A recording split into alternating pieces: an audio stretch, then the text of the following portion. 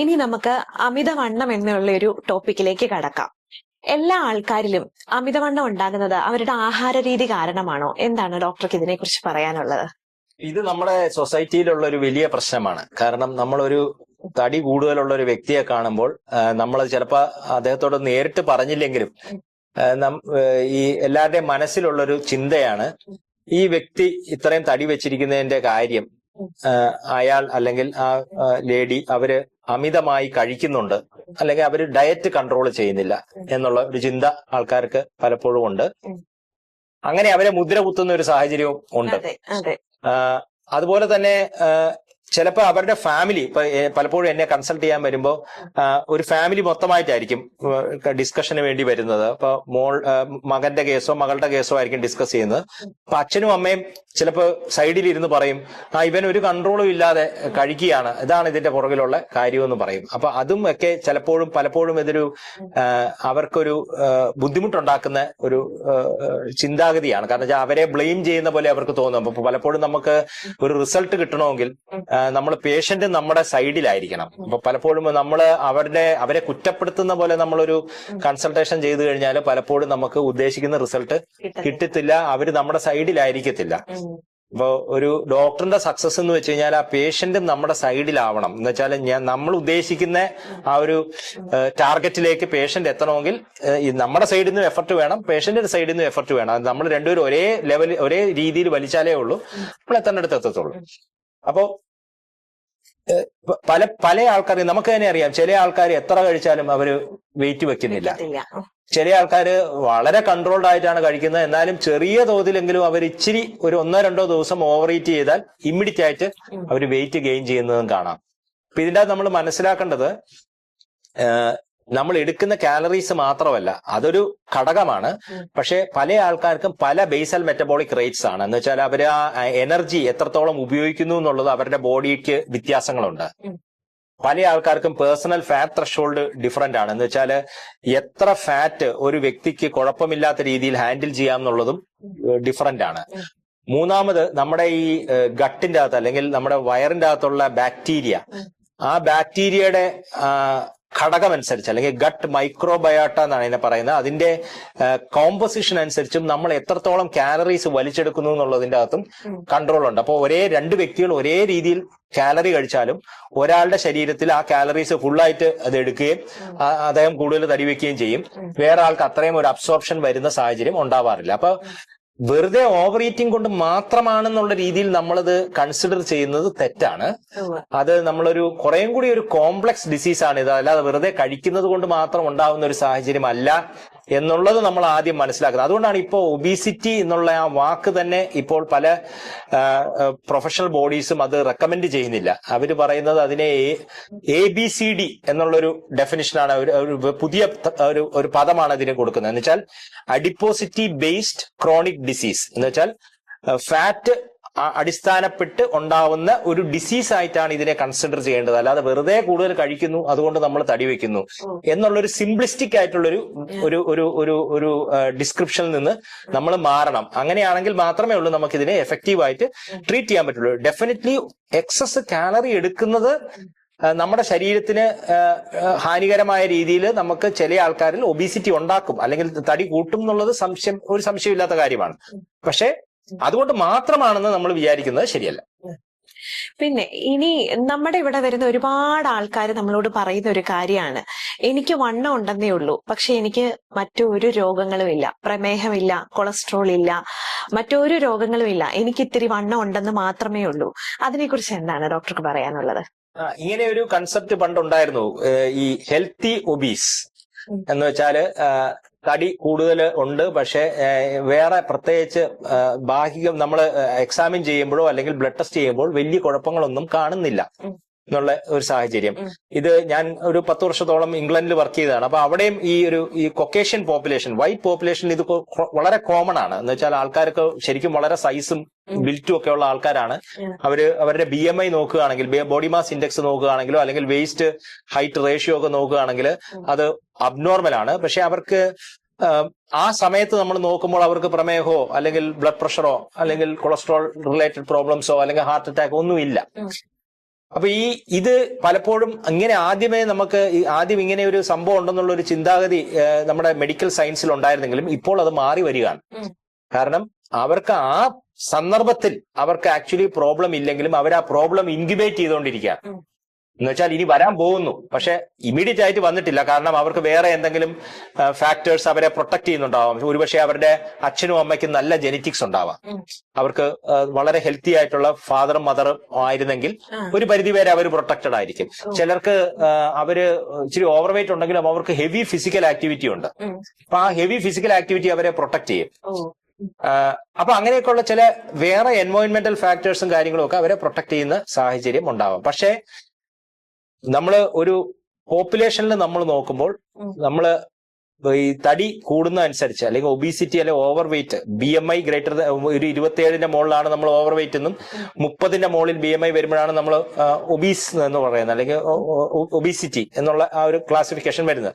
അല്ലെങ്കിൽ നമ്മുടെ ഹൈറ്റ് വെച്ച് നോക്കുകയാണെങ്കിൽ വെയിസ്റ്റ് ഹൈറ്റ് റേഷ്യോ, നമ്മുടെ ഹൈറ്റ് എത്രയുണ്ടെന്നും സെന്റിമീറ്ററിൽ നമ്മുടെ ഹൈറ്റ് എത്രയുണ്ടെന്ന് നോക്കുക, നമ്മുടെ വെയിസ്റ്റ് എത്രയുണ്ടെന്നുള്ളത് നമ്മുടെ പൊക്കിളുടെ അവിടെ വെച്ച് നമ്മൾ ഒരു മെഷർമെന്റ് എടുത്താൽ വെയിസ്റ്റ് എത്രയുണ്ടെന്ന് മനസ്സിലാവും.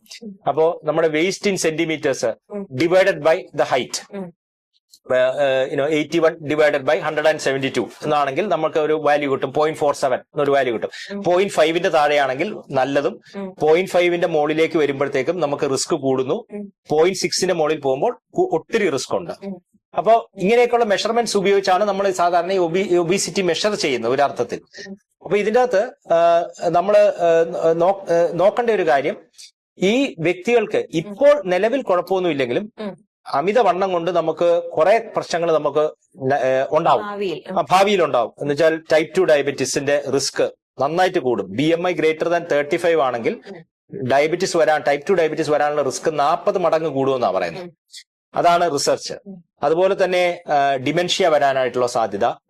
3 ഒരു 5 or 6 തരം cancers, breast cancer, pancreatic cancer, colon cancer, ഇങ്ങനെ പല ക്യാൻസേഴ്സിന്റെ റിസ്ക്കും നമുക്ക് അമിതവണ്ണം ഉണ്ടെങ്കിൽ കൂടും. അതുപോലെ തന്നെ ഹൃദ്രോഗം, ഡെഫിനറ്റ്ലി എക്സസ് ബോഡി വെയിറ്റും ഒബീസിറ്റി ഉണ്ടെങ്കിൽ കൂടുന്നതായിട്ടാണ് കാണുന്നത്. അതുപോലെ ഓസ്റ്റിയോ ആർത്രൈറ്റിസ്, നമ്മുടെ കാലിലെയും കൈയിലെയൊക്കെ ജോയിന്റ്സിന്റെ തേയ്മാനം. ചില ആൾക്കാർക്ക് ഈ സ്നോറിങ്, കൂർക്കം വലിയും ഒബ്സ്ട്രക്റ്റീവ് സ്ലീപ്പ് ആപ്നിയ, അത് കാരണം അവർക്ക് രാത്രി ശരിക്കും ഉറക്കം കിട്ടുന്നില്ല, രാവിലെ മുഴുവൻ കിടന്ന് ഉറങ്ങുന്നു. ഇതെല്ലാം ഒബീസിറ്റി ആയിട്ട് ലിങ്ക്ഡ് ആണ്. അപ്പൊ അതുകൊണ്ട് ഹെൽത്തി ഒബീസ് എന്ന് പറയുന്നത് അത് അത്ര ശരിയല്ല. അവർക്ക് ഇപ്പൊ പ്രശ്നമില്ല, അവർ ലക്കിലി ഇപ്പോ രക്ഷപ്പെട്ട് നിൽക്കുന്നു. പക്ഷെ ഇതെല്ലാം നമുക്ക് പിൽക്കാലത്ത് ഈ ഫിക്സ്ഡ് ഡെപ്പോസിറ്റിന്റെ അകത്തുനിന്ന് ഇൻട്രസ്റ്റ് കിട്ടുന്നത് പോലെ വരാൻ സാധ്യതയുണ്ടെന്നുള്ളതാണ് നമ്മൾ മനസ്സിലാക്കേണ്ടത്. ഇനി വേറൊരു ഗ്രൂപ്പ് ഓഫ് പീപ്പിൾ ഉണ്ട്. ഞാൻ പ്രോപ്പർ ആയിട്ട് ഡയറ്റ് ഫോളോ ചെയ്യുന്നു, ഞാൻ പ്രോപ്പർ ആയിട്ട് ഡെയിലി എക്സസൈസ് ചെയ്യുന്നു, എന്നിട്ടും എന്റെ വണ്ണം കുറയുന്നില്ല. ഇതിന് നമുക്ക് എന്ത് ഉത്തരം നൽകാൻ സാധിക്കും? ഒബീസിറ്റിക്ക് നമുക്ക് 3 രീതിയിൽ നമുക്കതിനെ അപ്രോച്ച് ചെയ്യാം. ഒന്ന്, ഞാൻ പറഞ്ഞതുപോലെ ഡയറ്റ് ഫോളോ ചെയ്യുക, ഒരു ലോ കാലറി ഡയറ്റ് ആയിരിക്കണം. 2, കൃത്യമായിട്ടുള്ള എക്സസൈസസ് നമുക്ക് പറ്റുന്ന പോലെ വേണം. പക്ഷെ ഇപ്പൊ പറഞ്ഞതുപോലെ ഈ പല ആൾക്കാരും ഇതെല്ലാം കറക്റ്റായിട്ട് ചെയ്യുന്നുണ്ടെങ്കിലും അവർക്ക് അവർ ഉദ്ദേശിക്കുന്ന ഒരു വെയിറ്റ് ലോസ് അവർക്ക് ഉണ്ടാവുന്നില്ല. അപ്പൊ അതിനുവേണ്ടി നമുക്ക് ഇവിടെ ട്രീറ്റ്മെന്റ്സും അവൈലബിൾ ആണ്. മോഡേൺ മെഡിസിനിൽ അത്തരം ട്രീറ്റ്മെന്റ്സ് അവൈലബിൾ ആണ്. അപ്പൊ അത് നമ്മൾ പേടിക്കേണ്ട കാര്യമൊന്നുമില്ല. കൃത്യമായ, കാരണം ഞാൻ പറഞ്ഞല്ലോ ഇതിന് നല്ല റിസ്ക് ഉണ്ട്. ഈ തടി കൂടിയിരിക്കുന്ന സാഹചര്യം അതൊരു റിസ്ക് ഫ്രീ ഏരിയ അല്ല. അതുകൊണ്ട് നമ്മൾ അതിനെ ആ റിസ്ക് താഴ്ത്താൻ വേണ്ടി തന്നെയാണ് നമ്മൾ ട്രീറ്റ് ചെയ്യുന്നത്. സോ ഇതിൻ്റെ അകത്ത് നമ്മൾ ഉപയോഗിക്കുന്ന ട്രീറ്റ്മെന്റ് ഒന്ന് ടാബ്ലറ്റ്സ് ആണ്. ടാബ്ലറ്റ്സ് ഫാറ്റ് ബ്ലോക്കേഴ്സ് ആണ്. ഓർലിസ്റ്റാറ്റ് എന്ന് പറയുന്ന ഗ്രൂപ്പിൽ വരുന്ന ടാബ്ലറ്റ്സ് ആണ്. അത് ചെയ്യുന്നത് നമ്മുടെ ഇൻഡസ്റ്റൈനിന്റെ അകത്തുനിന്ന് അല്ലെങ്കിൽ സ്റ്റൊമക്കിൽ നിന്ന് ഫാറ്റ് അബ്സോർബ് ചെയ്യുന്ന തടയുകയാണ് ചെയ്യുന്നത്. അപ്പൊ അത് കുറച്ച് സ്റ്റൂൾസ് ഇച്ചിരി ഓയിലി ആവുന്നുള്ളതല്ലാതെ വേറെ വലിയ സൈഡ് ഇഫക്ട്സ് ഒന്നും അതിനില്ല. ഓരോ പ്രാവശ്യവും നമ്മൾ ആഹാരം കഴിക്കുമ്പോൾ അതിന്റെ കൂടെ ഈ ടാബ്ലറ്റ് എടുക്കുകയാണ് ചെയ്യുന്നത്. അതിനൊരു 3 കിലോ 4 കിലോ ഒക്കെ നമുക്ക് വെയിറ്റ് ലോസ് നമ്മൾ കാണാറുണ്ട്. ഒരു ഭയങ്കര സ്ട്രോങ് ട്രീറ്റ്മെന്റ് അല്ല, എന്നിരുന്നാലും ചില ആൾക്കാർക്ക് അത് ഹെൽപ്ഫുൾ ആണ്. നമ്മൾ ഒരു വെയിറ്റും കുറയാതിരിക്കുന്നതിനേക്കാളും നല്ലത് എന്തെങ്കിലും എടുത്ത് കുറയ്ക്കാൻ ശ്രമിക്കുന്നതാണ്. അപ്പൊ നമ്മൾ ഡയറ്റിന്റെ കൂടെ തന്നെ ഈ ടാബ്ലറ്റ് എടുക്കുക എന്നുള്ളതാണ് ഒരു ഓപ്ഷൻ. പലപ്പോഴും നമുക്ക് we need more weight loss, ഇതിനേക്കാളും വെയിറ്റ് ലോസ് നമുക്ക് വേണം. ഈ ടാബ്ലറ്റ് തരുന്നത് മാത്രം പോരാ. അതിനുവേണ്ടി ഇപ്പൊ നമുക്ക് ആഴ്ചയിൽ ഒരു പ്രാവശ്യം എടുക്കാവുന്ന ഇഞ്ചക്ഷൻസ് ഉണ്ട്. ഇതിപ്പോ നമുക്ക് 2 മോളിക്യൂൾസ് നമുക്ക് ഇന്ത്യയിൽ അവൈലബിൾ ആണ്. ഇത് രണ്ടും 3-4 വർഷമായിട്ട് ഫോറിൻ കൺട്രീസിൽ അവൈലബിൾ ആയിരുന്നു. ഈ അടുത്ത കാലത്താണ് ഇന്ത്യയിൽ വന്നത്. അപ്പൊ ഇത് ന്യൂ പ്രൊഡക്റ്റ് അല്ല. ഫോറിൻ കൺട്രീസിൽ ഒരു 3-4 ഇയേഴ്സ് ആയിട്ട് അമേരിക്കയിലും ഇംഗ്ലണ്ടിലും യൂറോപ്പിലും ഒക്കെ നമ്മൾ ഉപയോഗിക്കുന്നതാണ്. So well known to modern medicine. അല്ലാതെ പുതിയ ഒരു പരീക്ഷണാർത്ഥം ഇവിടെ വന്നിരിക്കുന്ന മരുന്നുകളൊന്നുമല്ല. അപ്പൊ ഇതിന്റെ 2 മോളിക്യൂൾസ് ആണ് നമുക്ക് അവൈലബിൾ ആയിട്ടുള്ളത്. ഒന്ന് സെമാഗ്ലൂട്ടൈഡ് എന്ന് പറയുന്ന ഒരു ഇഞ്ചക്ഷനും പിന്നെ ഒന്ന് ടിർസപെറ്റൈഡ് എന്ന് പറയുന്ന ഇഞ്ചക്ഷനും. ഇതിന്റെ ഒരെണ്ണത്തിന്റെ പേര് വിഗോവി എന്നാണ്, മറ്റേതിന്റെ പേര് മുഞ്ചാരോ എന്നാണ്. നിങ്ങൾ എല്ലാവരും കേട്ടിട്ടുണ്ടാവും, കാരണം ഇതൊക്കെ സോഷ്യൽ മീഡിയയിലൊക്കെ ഒത്തിരി ചർച്ച ചെയ്യപ്പെടുന്ന ഒരു സാഹചര്യമാണ്. ഇപ്പൊ ഈ മെഡിസിൻസ് വളരെ എഫക്റ്റീവ് ആണ്. ഒരു 15% മുതൽ ഒരു 25% ഓഫ് ദ വെയിറ്റ് നമുക്ക് കുറയ്ക്കാൻ പറ്റും. ഒരു 1 ഇയർ വരെയൊക്കെ എടുക്കാൻ തയ്യാറാണെങ്കിൽ ആഴ്ചയിൽ ഒരു പ്രാവശ്യം എടുക്കുന്ന ഇഞ്ചക്ഷൻ ആണ്. സ്വന്തമായിട്ട് കുത്താം, വേറെ എവിടെയും ഹോസ്പിറ്റലൊന്നും പോകേണ്ട കാര്യമില്ല. നമ്മൾ ട്രെയിൻ ചെയ്ത് കഴിഞ്ഞാൽ നമുക്ക് സ്വന്തമായിട്ട് എടുക്കാം.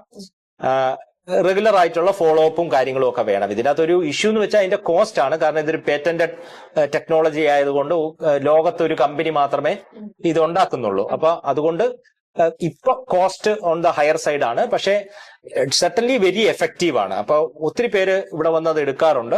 And they find it to be really effective. അപ്പൊ അത് നമുക്ക് കൺസിഡർ ചെയ്യാവുന്നതാണ്, നമ്മൾ ബാക്കിയുള്ളതെല്ലാം ചെയ്തിട്ടും കുറയുന്നില്ല എങ്കിലും. പിന്നെ ഇതിന്റെ അകത്ത് ഒരു മോളിക്യൂളിന്റെ പേറ്റൻസി ഈ മാർച്ച് മുതൽ തീരുകയാണ് ഇന്ത്യയിൽ. അപ്പോ വളരെ കോസ്റ്റ് ഇഫക്റ്റീവ് ആയിട്ട് നമുക്ക് ഇതിന്റെ അകത്ത് ഒരു മോളിക്യൂൾ നമുക്ക് കൊടുക്കാൻ പറ്റുമെന്നാണ് ഇപ്പോൾ നമ്മൾ, അതിന്റെ പ്രൈസ് ഒന്നും വന്നിട്ടില്ല, പക്ഷെ ഇപ്പോൾ നമ്മൾ മനസ്സിലാക്കുന്നത് അത് സിഗ്നിഫിക്കന്റ്ലി അതിന്റെ കോസ്റ്റ് കുറയും. അതുകൊണ്ട് കൂടുതൽ ആൾക്കാർക്ക് ഇത് ആക്സസ് ഉണ്ടാവുന്നതാണ്. ഇതിനകത്ത് വേറൊരു ചോദ്യം, ഇതിന്റെ സൈഡ് ഇഫക്ട്സ് എന്തെങ്കിലും ഉണ്ടോ എന്നുള്ളതാണ്. അപ്പൊ ഇത് വർക്ക് ചെയ്യുന്ന രീതി പലപ്പോഴും നമ്മൾ 5 Bs എന്നുള്ള രീതിയിൽ നമുക്ക് മനസ്സിലാക്കാം. 5 Bs. ഒന്ന് ബ്രെയിനിൽ വർക്ക് ചെയ്ത് ബ്രെയിനിന്റെ ലെവലിൽ ഇത് നമുക്ക് ഈ ഒരുപാട് കഴിക്കാനായിട്ടുള്ള ഹങ്കർ കുറയ്ക്കും. അതാണ് ഒന്ന്. 2, ഇത് ബീറ്റാ സെൽസ്, നമ്മുടെ പാൻക്രിയാസ് ഗ്രന്ഥിയിലെ ബീറ്റാ സെൽസിന്റെ വർക്കിംഗ് കുറച്ചും കൂടി നല്ലതാക്കും. 3, ഇത് ബവൽസ് അല്ലെങ്കിൽ നമ്മുടെ ഇൻഡസ്റ്റൈനില്, അതാണ് 3rd B. അതിൽ വർക്ക് ചെയ്ത് നമ്മുടെ ഈ അബ്സോർപ്ഷൻ പെട്ടെന്ന് ആവുന്ന സാഹചര്യം കുറയ്ക്കും. പിന്നെ ഇത് നമ്മുടെ ബൾക്കിൽ വർക്ക് ചെയ്യും, എന്ന് വെച്ചാൽ ഫാറ്റിന്റെ റീഡിസ്ട്രിബ്യൂഷൻ ഉണ്ടാകും. ബാഡ് ഫാറ്റിനെ മാറ്റുന്ന ഒരു എഫക്ട് ഈ മരുന്നുകൾക്കുണ്ട്. 4ാമത്തെ B ബ്രോൺ ആണ്. ബ്രോൺ എന്ന് വെച്ചാൽ മസിലിന്റെ മുകളിൽ വർക്ക് ചെയ്ത് ഈ ഇൻസുലിൻ റെസിസ്റ്റൻസ് കുറയ്ക്കും. അപ്പൊ ഇങ്ങനെ ഈ 5 Bs എന്നുള്ള രീതിയിലാണ് നമ്മളിത് ഓർത്തിരിക്കുന്നത്. Brain, beta cell, bowel, bulk and ബ്രോൺ. ഈ 5 Bsന്റെ മുകളിൽ വർക്ക് ചെയ്ത് അങ്ങനെ ആ ഒരു രീതിയിലാണ് ഈ group of treatments, GLP-1 agonist എന്നാണ് ഈ ഗ്രൂപ്പിന്റെ പേര്. അപ്പോ അത് രീതിയിൽ ഈ ടാബ്ലറ്റ്സ് യൂസ്ഫുൾ ആണ്. പിന്നെ ഇതിന്റെ കൂടെ പ്രമേഹം കൂടി ഉള്ളവർക്ക് ഇത് പ്രമേഹത്തെ ട്രീറ്റ് ചെയ്യും. സോ ബൈ 1 ഗെറ്റ് 1 ഫ്രീ എന്ന് പറയുന്നത് പോലെ ഡയബറ്റീസും ട്രീറ്റഡ് ആവും, അതേസമയം വെയിറ്റും കുറയും. ഇതിന്റെ തന്നെ ഒരു ടാബ്ലറ്റ് ഉണ്ട്. അതിനെയാണ് നമ്മൾ ഈ റിബെൽസസ് അല്ലെങ്കിൽ ഓറൽ സെമാഗ്ലൂട്ടൈഡ് എന്ന് പറയുന്ന ടാബ്ലറ്റ് ആയിട്ട് വെർഷൻ അവൈലബിൾ ആണ്. അത് പക്ഷേ അതും ഇതേപോലെ തന്നെ വെയിറ്റ് ലോസ് ഉണ്ടാക്കും, പ്രമേഹത്തെ ട്രീറ്റ് ചെയ്യും. പക്ഷെ അതിന് വെയിറ്റ് ലോസിന് വേണ്ടി മാത്രമായിട്ടുള്ള ലൈസൻസ് ഇല്ല. പ്രമേഹത്തിന് വേണ്ടി അത് ഉപയോഗിക്കാം. ആ ഉപയോഗിക്കുന്ന ആൾക്കാരിൽ വെയിറ്റ് ലോസും ഉണ്ടാവും. പക്ഷെ പ്രമേഹം ഇല്ലാത്തൊരു വ്യക്തിക്ക് നമുക്കിപ്പോ അത് കൊടുക്കാനുള്ള ഒരു ലൈസൻസ് നമുക്ക് കിട്ടിയിട്ടില്ല. അല്ലെങ്കിൽ അങ്ങനെ ഒരു ലൈസൻസ് ഡ്രഗ് കൺട്രോളേഴ്സ് അലൗ ചെയ്തിട്ടില്ല. പക്ഷെ ഈ ഇഞ്ചക്ഷൻസ് അങ്ങനെയല്ല. അത് വെയിറ്റ് ലോസിനും ഉപയോഗിക്കാം, പ്രമേഹം ഉള്ളവർക്ക് പ്രമേഹത്തിന് വേണ്ടി ഉപയോഗിക്കാം. അപ്പൊ പ്രമേഹം ഇല്ലാത്തവർക്ക്, വെയിറ്റ് ലോസ് മാത്രം വേണ്ടവർക്കും ഇത് ഉപയോഗിക്കാം. അപ്പൊ ഇതിപ്പോ വളരെ യൂസ്ഫുൾ ആയിട്ടുള്ള എഫക്റ്റീവ് ആയിട്ടുള്ള ട്രീറ്റ്മെന്റ് ആണ്. ഏകദേശം 25% വെയിറ്റ് ലോസ് എന്ന് പറഞ്ഞാൽ നമ്മൾ വെയിറ്റ് ലോസ് സർജറി ചെയ്യുന്നതിന്റെ അത്രയും തന്നെ ഇമ്പാക്ട് ആണ്. നമ്മളിപ്പോ ഒരു സ്ലീവ് ഗ്യാസ്ട്രക്ടമിയോ അല്ലെങ്കിൽ ഒരു റൂഎൻവൈ ബൈപ്പാസ്, ഇതൊക്കെയാണ് നമ്മളെ ഈ ബെരിയാട്രിക് സർജറി അല്ലെങ്കിൽ വെയിറ്റ് ലോസ് സർജറി എന്ന് പറഞ്ഞ ആൾക്കാർ നമുക്ക് അവൈലബിൾ ആയിട്ടുള്ളത്. ഈ സർജറീസിൽ ഉള്ള അത്രയും തന്നെ വെയിറ്റ് ലോസ് നമുക്ക് ഈ ഇഞ്ചക്ഷൻസിലൂടെ കിട്ടും. അപ്പൊ അതാണ് ഒരു പുതിയ ഡെവലപ്മെന്റ്. പിന്നെ പലപ്പോഴും പേഷ്യൻസ് ചോദിക്കുന്ന ചോദ്യമാണ്, ഇത് നിർത്തുമ്പോൾ എന്ത് സംഭവിക്കും, തിരിച്ചതേപടി ആ വെയിറ്റ് കയറുമോ? അപ്പൊ അതിനെക്കുറിച്ച് ഒരു പഠനം നടന്നിട്ടുണ്ട്. സർമൗണ്ട് 4 എന്ന് പറഞ്ഞ് ഈ ടിർസപെറ്റൈഡിന്റെ ഗ്രൂപ്പിൽ ഒരു പഠനം നടത്തിയിട്ടുണ്ട്. അപ്പൊ അതിന്റെ അകത്തും അതുപോലെ തന്നെ സെമാഗ്ലൂട്ടൈഡിന്റെ ട്രയൽസിലും ഇത് അവൈലബിൾ ആണ്. അപ്പൊ അവര് നോക്കിയിട്ടുണ്ട്, ഒരു 33 ആഴ്ച വരെ ഈ 2 ഗ്രൂപ്പിലെ ആൾക്കാരും ഈ ഇഞ്ചക്ഷൻസ് എടുത്തു. അത് കഴിഞ്ഞിട്ട് 33 ആഴ്ച കഴിഞ്ഞപ്പോൾ ഒരു ഗ്രൂപ്പിന്റെ ആൾക്കാര് ഈ ഇഞ്ചക്ഷൻ നിർത്തി, മറ്റേ ഗ്രൂപ്പിലെ ആൾക്കാർ ആൾക്കാർ ഇഞ്ചക്ഷൻസ് കണ്ടിന്യൂ ചെയ്തു. എന്നിട്ട് അവരെ 88 വീക്സ് വരെ പഠിച്ചു. സോ ഫോളോ അപ്പ് ചെയ്തു. അപ്പൊ 33 വീക്സ് മുതൽ 88 വീക്ക് വരെ ഒരു ഗ്രൂപ്പിന്റെ അകത്ത് ആൾക്കാർ നിർത്തി, മറ്റേ ഗ്രൂപ്പിന്റെ അകത്ത് ആൾക്കാർ ഇത് കണ്ടിന്യൂ ചെയ്തു. അപ്പൊ ഈ നിർത്തിയ ഗ്രൂപ്പിൽ ഒരു ചെറിയ വെയിറ്റ് റീഗെയിൻ വന്നു. ഒരു 9% വെയിറ്റ് അവർ റീഗെയിൻ ചെയ്തു. പക്ഷെ അപ്പോഴും ഈ 88 ആഴ്ച കഴിഞ്ഞിട്ടും, ദാറ്റ് ഈസ് 1.5 വർഷത്തിന്റെ അപ്പുറം കഴിഞ്ഞിട്ടും അവര് തുടങ്ങിയ വെയിറ്റിൽ നിന്ന് ഒത്തിരി കുറവായിരുന്നു. ഒരു 10% ലോവർ ആയിരുന്നു. അപ്പൊ കുറച്ച് വെയിറ്റ് റീഗെയിൻ ചിലപ്പോൾ വരാൻ സാധ്യതയുണ്ട്. പക്ഷെ ഒരിക്കലും നമ്മൾ പഴയ വെയിറ്റിലേക്ക് എത്തുന്ന പോലെ ട്രയൽസിൽ കാണിച്ചിട്ടില്ല.